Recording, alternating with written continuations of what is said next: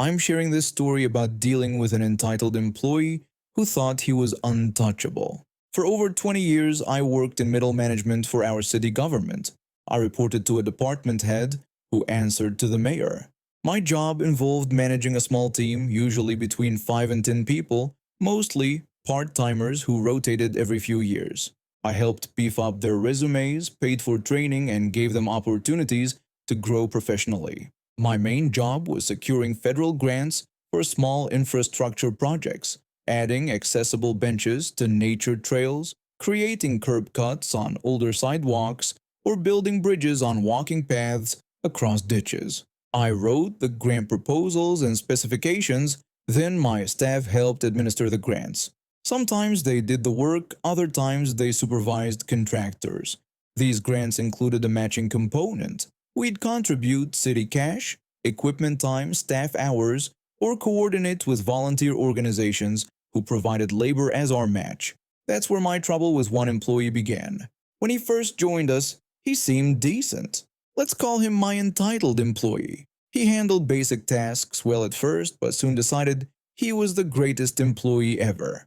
His overconfidence led to mistakes. He would overextend himself and then need bailouts. While he handled simple tasks, he struggled with math, grammar, and talking professionally with adults. We were working on a bridge project, phase 3 of 3, and I put my entitled employee in charge. This was our third round of bridge replacements, 21 bridges total, done in batches of 7, so we had plenty of experience. The process was almost automatic. All my entitled employee had to do was show up with materials and let the volunteer workers do their thing while tracking their hours for our grant match. He barely did an adequate job. I had to keep him on track to stay within specifications. The grant was for improving water quality, but my entitled employee kept trying to redirect resources toward recreational improvements. We exchanged many emails and texts about this. Our department used project codes to track grant spending, with each grant having its own code. It was a simple system for tracking time and materials through accounting. Volunteers signed daily logs, keeping the process organized. That fall, my entitled employee kept struggling with basic tasks and eventually demanded a promotion for his outstanding work. The requirements for promotion were clear government standards, but his laziness prevented him from meeting them. His attitude got worse until he became intentionally negligent, putting himself and others in danger. After a serious incident, I called him into my office and gave him a choice: resign or be fired. Resigning would allow him to potentially be rehired in a different department, while being fired would blacklist him from city employment. He refused to resign and seemed shocked when I terminated him. I think he believed I was bluffing. He saw himself as indispensable when really he was just a problem. His father is a well-known local attorney. Looking at my entitled employee's criminal record, it was obvious that his daddy had been bailing him out his entire life. Assault charges dropped, driving under the influence reduced to a traffic violation, possession charges reduced to infractions. My entitled employee decided to come after me. First, he called the federal division that oversees my grants to report fraud. They launched an investigation, but my records were perfect. When they called him in for a meeting, his proof of fraud was that he felt the bridges should have been a lower priority, and the money would be better spent elsewhere, so the fraud was misuse of funds. What he failed to mention was that the grant specifications had been followed precisely by him. He had tried to divert funds, and I had stopped him. I had written evidence of everything. The project he accused of fraud was our showcase success story, included in a slideshow presentation to the state legislature showing the grant program's effectiveness. During the meeting with federal investigators, they asked my entitled employee about his fraud allegations. He admitted he was alleging fraud on a project he managed himself. They asked about this contradiction, and he tried to argue that the money should have been used differently. The federal investigator told him that federal grants must be used exactly as specified in the approved applications. When my entitled employee tried to argue more, the investigator pointed out that the documentation showed he was the one trying to violate grant terms and that I had prevented it. The investigator said, There was no evidence of fraud except what my entitled employee had tried to commit himself. The federal investigators and city officials were furious about the waste of time. With my perfect documentation, my entitled employee was forced out of the building. Next, he filed a wrongful termination lawsuit. He told his father about the supposed mistreatment, and Daddy filed the legal paperwork. I contacted the city attorney and sent hundreds of pages of organized documentation with a detailed summary. I was at City Hall when his father walked out of the legal department, apologizing for his idiot son. According to a mutual friend, Daddy told my entitled employee off and withdrew the financial support that had allowed him to survive on part-time work all these years. Around the same time, his wife discovered his affair. Then his mistress got pregnant. Things got rough for him. From what I hear, he's doing better these days, but he learned some hard lessons about entitlement and accountability. His father's protection had shielded him from these lessons for far too long. I saw chaos at a children's movie when I was 15. During the summer when Finding Dory came out, my mom thought it would be nice for us, me, her, and my baby brother who was about a year old. My other brothers stayed home either with friends or gaming. We got to the theater early as my mom liked to do. This let us get seats and the top row was a clear view. We bought popcorn, drinks, and candy, then sat down. Other families came in after us. There were many children. They outnumbered adults and teenagers 2 to 1.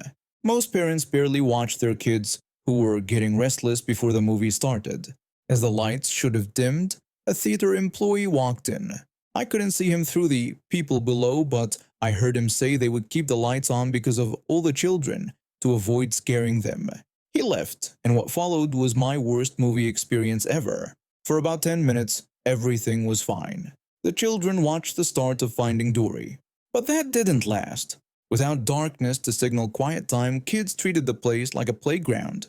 It started with some playing in their rows but grew fast. Soon they were jumping over seats, running through rows, and racing in the aisles. I kept looking between the movie and the chaos, wondering why no staff checked on the noise.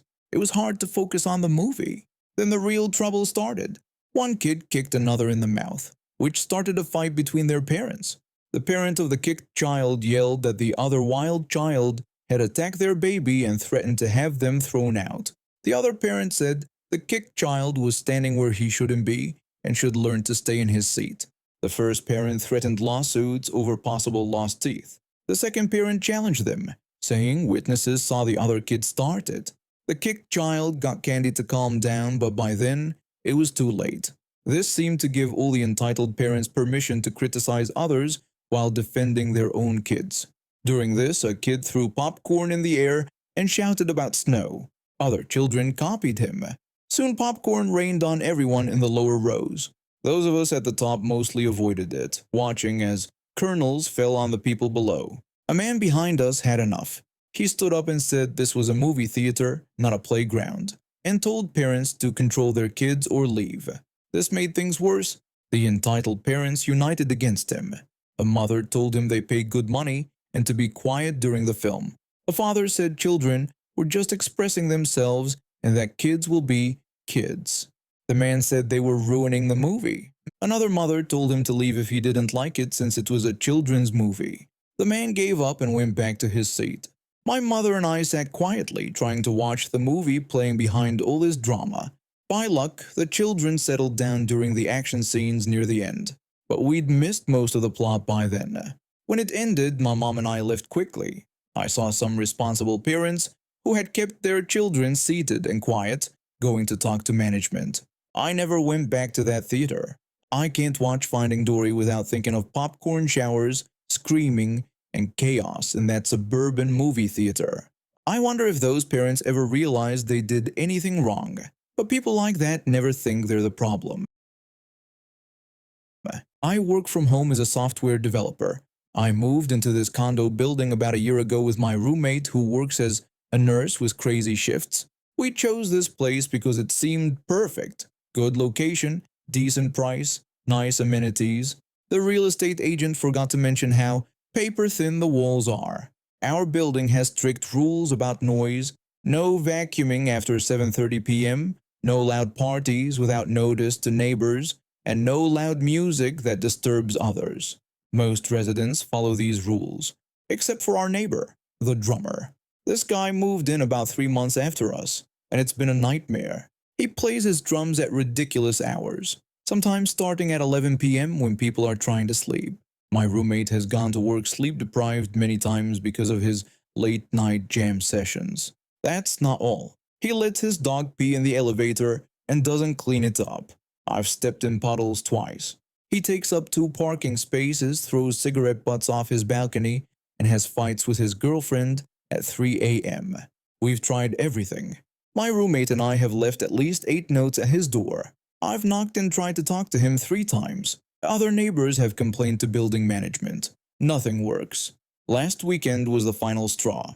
We got a letter in our mailbox from him that read, "To my neighbors on the 7th floor, I will be recording music this weekend between 10 a.m., 10 p.m. both Saturday and Sunday. I appreciate your understanding. No apology for past disturbances, no asking if this would bother anyone. Just telling us he would make noise for 24 hours over the weekend like it was his right." I was furious. When I showed the letter to my roommate, I told her I couldn't believe the drummer would send such a note after all the complaints. My roommate said it was ridiculous, especially since it was Super Bowl Sunday weekend, and she had planned to invite friends over. That's when we decided to give him a taste of his own medicine. Super Bowl Sunday was the perfect opportunity. We set up our largest speaker against the wall we share with the drummer. We turned the volume up to maximum, with the bass cranked high. Then we left for a Super Bowl party, leaving the TV blasting for about 5 hours. We put the speaker so only his unit would get the noise, not our other neighbors. It was targeted revenge. When we returned home around 9 p.m., he was waiting in the hallway, fuming. He asked us what that noise was about, saying we had ruined his recording session. I said we were just watching the Super Bowl. The drummer didn't believe it. He said we left the same play on repeat for 5 hours with nobody home and asked if we thought he was stupid. My roommate told him we were just letting him know we'd be watching TV today, copying the tone from his letter. This made him angrier. He said our actions were unacceptable, that he had clients coming over, and that we had cost him money. I said it was unfortunate and suggested that next time he should think about his neighbors before sending notes about his drum sessions. He walked off, slamming his door so hard the hallway light shook. We thought it was over, but he decided to escalate. Around 11 p.m., when my roommate was getting ready for her early shift, the walls started vibrating. He had turned his music to concert levels. The bass was so loud our dishes were rattling. I asked my roommate if he was serious, and she said this guy never learns. But we didn't get mad. We smiled because we knew something he didn't. According to building management, he was 1 complaint away from a big fine after many violations. We called the building's emergency line, and 2 other neighbors did too. The property manager came up with security. We heard the talk through the walls. The property manager told the drummer this was his final warning and that the noise was unacceptable after quiet hours. The music stopped, but the damage was done. The next day, we saw him arguing with the property manager in the lobby, waving papers and looking desperate. The fine for repeated noise violations in our building is $6,500, about 3 months of rent. He got that fine plus a warning that more violations would mean eviction. The drummer has been quiet for the past 2 weeks. No late-night jam sessions, no loud music. I even saw him picking up after his dog in the elevator yesterday. People only learn when it hits them in the wallet. When they say, when it rains, it pours, they're not kidding. I never expected to be at the center of a workplace drama, but here I am. It all started back in December when a heavy frost damaged our roof. Water started seeping through the ceiling and running down our walls. My husband, who works in construction, knew this was serious. He took time off work to fix it, but what was supposed to be a quick repair turned into a much bigger project. Once he removed the tiles and felt, he decided to build dormers to prevent having to strip the roof again in the future. Smart in theory, but it meant our roof was exposed for weeks while he worked on it. Meanwhile, I had our 9-month-old daughter to care for. Normally, my husband helps with childcare when I'm at work, But with him busy trying to keep our house from being destroyed by water damage, I was on my own. My family lived several hours away, so they couldn't help either. And on my salary working at a children's museum, there was no way I could afford nursery care. I've been at the museum for 3 years now. I love my job, creating interactive exhibits for children, designing sensory experiences, and watching kids learn through play. The museum isn't huge, but we have a dedicated team that works well together. Or at least we did until recently. When the roof situation happened, I went to my direct supervisor to explain. I explained to my supervisor that I was in a really tough spot. I told her my husband needed to fix our roof, which meant he couldn't watch our daughter while I was at work. I made it clear that I didn't have any childcare options right now. My supervisor said it sounded stressful, but then suggested it might actually work out okay. She reminded me about the new baby sensory room planned for February half term, and thought having a baby around while I designed it could be perfect. She told me to bring my daughter in and assured me it would be fine. I was so relieved. For all of January, I brought my daughter to work. She was content to play in her travel cot or sit in her carrier while I worked. Sometimes my co-workers would take turns holding her when I needed to use both hands. It was challenging, but I made it work. During this time, I created a massive audiobook trail and designed a beautiful baby sensory room. I poured my heart into it, staying late after putting my daughter to bed to finish preparations. I even completed the installation a week early, which everyone on site was thrilled about. One of my co-workers exclaimed that the sensory room was amazing and specifically praised the live projections with the ocean theme as being perfect. Another co-worker added that the audiobook trail was really clever and predicted that the kids were going to love it. My supervisor told me I had outdone myself, especially considering everything I was dealing with at home. I was feeling proud of what I'd accomplished despite the difficult circumstances.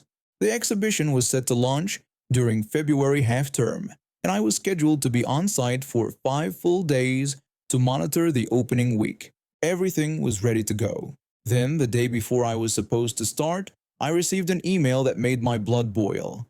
It was from the CEO, someone who rarely even sets foot in the museum. The email read, "It has come to my attention that you've been bringing your infant to work. This is inappropriate and must stop immediately. Please make alternative arrangements for childcare before returning to work." I stared at the screen in disbelief. After weeks of bringing my daughter with the full knowledge and approval of my direct supervisor, after completing an entire exhibition early and to everyone's satisfaction, this was the response I got from someone who hadn't even seen how I was managing. I replied that I understood. I explained that, unfortunately, as previously discussed with my supervisor, I had no alternative childcare options at that time. I ended my email wishing them good luck finding someone to cover my shifts during the launch week. Then I immediately put in for all my accrued paid leave. The next day my phone blew up with messages. My supervisor messaged me asking what happened and why I wasn't coming in.